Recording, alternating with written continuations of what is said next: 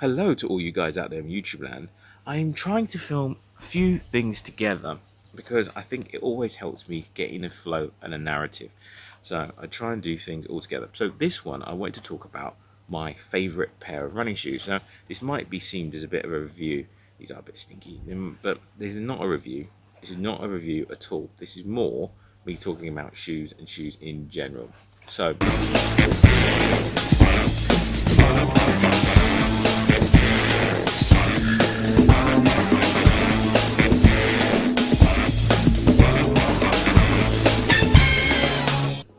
when I think about running shoes, the first thing I think about is obviously the upper. So I like Epic Reacts. These are a pair of Epic Reacts, the first version. I like them because the upper is quite a sock-like material. So some people like shoes that are looser. I like the fact that this holds to my foot, so it's like putting a sock on. And because it's like putting a sock on, it's really light. So I think these in a size 11, because I'm a UK size 11, these are about 7.6 ounces in a male size 11. Might be 8, I might be wrong, but I think that's the official weight of these, and these are fantastic in terms of, but they are quite tight for some people. So some people, if they want more, they don't want a shoe to feel snug, I think that's a technical term, snug, then they probably won't go for something like this. But I love these. Yeah, it's a fly knit upper, so it's quite sock like. What I also like is around the heel. So people talk about the heel cup. This material here is lovely and sturdy, and it locks you in. It's not too sturdy. These have been around the block. I think I've done about 400 odd miles in these. These are definitely not in my shoe rotation anymore, but that locks in my heel, so that gives me enough structure in the heel. People also talk about the cushioning around the heel rim. These don't have a lot of cushioning around the heel rim, but because they're sock-like, they just fit. So they, you don't tend to rub.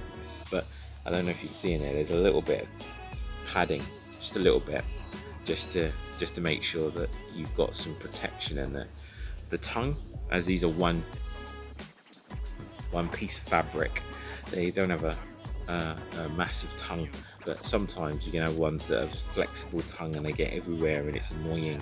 I like the fact that this tongue is one part, and this just protects the front of your foot from rubbing, and it's quite a soft material, so it's really nice.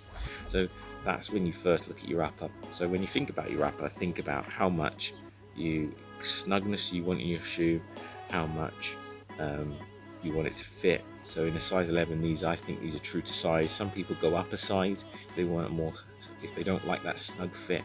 So for me, a shoe that's nice and tight and holds you is really useful. Thinking about the upper as well, you need to think about your toe box, and a toe box that has a little bit of room but not too much is something that I like. That's something these have. So these are surprisingly roomy in the front. I can feel when I put my foot in the fact I've really squished down the midsole, which has given me a little bit more room in the toe box than I like. But some people like a massive wide toe box, and some shoes you can actually get that are wider. So the shoe's wider, the front of the foot shoe is wider, and therefore can accommodate a wider foot. So you just need to think about that from your shoe. So whenever I think about a shoe, first thing I think about is the upper. I also like the lace position. Now this is something, if I had running shoes, I never really thought about where the laces go, but they make a huge difference in terms of the feel of your shoe and how you can lace it. So the shoe position and the lace position for me give me a nice firm hold and lock in. But because it's fly knit, really and truthfully, the laces aren't giving me more of the support, it's more the fly knit. I let the fly knit give me the support. And if you look at the upper, if you look here, you've got so many different holes that it's quite breathable. Now what you tend to find is the more breathable the shoe, the more likely a shoe is to get really wet when it rains, because obviously breathing holes allow water in. So there's quite a few breathing holes, but that allows water in, so you're going to get wet when you're running. Also this in terms of wicking away water, because it's light, it doesn't get heavy when it's wet. Some fabrics, they just suck water in, and it's like, oh, some fabrics allow the water to wick away quite quickly. This doesn't, because it's light and it's thin. When it gets wet, it doesn't feel heavier, which is quite an interesting quality of the shoe. So that's another reason I love the upper on here. So once you think about that, we've talked about the heel cup. The most important part after that is the sole. And to me, for my type of running, the sole is the key element of this. Whatever technology is in the sole, say technology, whatever foam, whatever things, air pockets, etc., in your sole, that tends to give you more of the feeling of the shoe. So, for example, this has a fairly wide base, so it's fairly supportive. So if you pronate or overpronate or supinate, as whatever people want to call it, what tends to happen is the sole of the shoe helps compensate for that.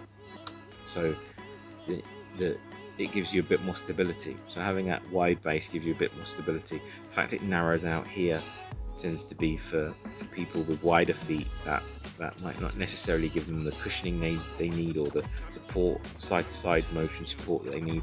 But I still think this is a fairly wide base for trainers that I've seen, or running shoes that I've seen, so that's really good. You look at the foam, so this is React foam, i.e. Nike Reacts, Epic Reacts. So React foam for me is really it has a good balance, and React foam, the makeup of React foam gives you the cushioning you need, but also gives you a bit more response. It's got a bit of a bounce to it. So just be mindful that when you wear a pair of shoes, you put them on and they're really comfortable, they've got that nice memory foam feeling, that potentially when you're going to start trying to go faster, they won't necessarily be as responsive as you need to. So just keep that in mind as well. Also, when you look at these, a lot of running shoes have exposed foam. So look to your rubber to foam ratio.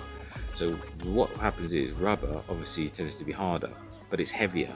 So what running trainer companies do is they add rubber to where they expect you to be landing.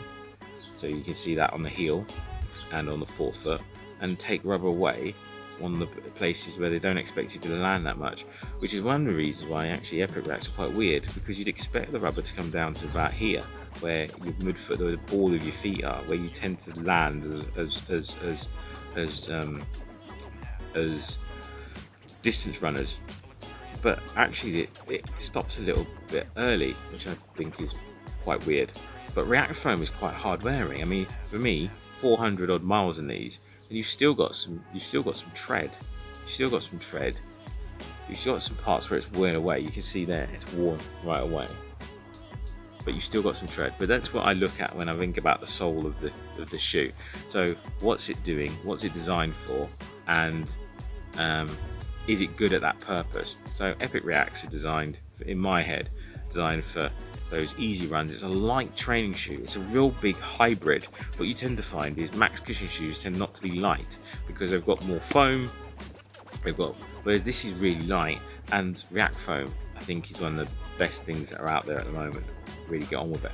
You've also got, say, technology. You've got this plastic heel. So where your foot lands, sometimes you think, your foot is here on this line, and actually when you're in the shoe, your foot is just below that cup. So this also keeps you locked in. This plastic heel cup, I don't know what else to call it, but that helps you as well with your stability, because it keeps you locked in. So when your foot's in the shoe, if you pushed against that, you can't feel it because it's nice and padded, but it stops you from your foot from rolling and feeling a bit out of control. So that's really good. So lots of great technology in Epic Reacts, but that's how I look at shoes in general. I start with what's the upper like, the lace position. I look at the heel cup, how it supports you.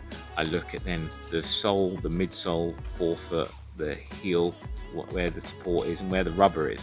That'll give me an idea in terms of what the shoe's going to do and whether the shoe's going to be good for me. And obviously you try it on and make sure that it kind of feels nice, etc, etc. But that's what I'm looking at in general in running shoes, and that's what I think most people should be looking at. And that's why I wanted to do this video, to give you a bit of an idea of what you look for in a running shoe, what the features, what's important, and what they do. So this is DR saying thank you for watching this rather long and meandering video. Hopefully it's useful. If it's not, tell me what you guys want. If it is useful, then give me a like, share, subscribe to the channel, share with people out there. The more people get this content, the better. And if you like it and you like what I do, then that's perfect. And if you don't like what I do, tell me. I'm more than happy to take feedback. Feedback's a gift, and I'm doing these videos for me and also for you guys out there. So this is DR saying have a safe journey wherever you're heading. Speak to you later.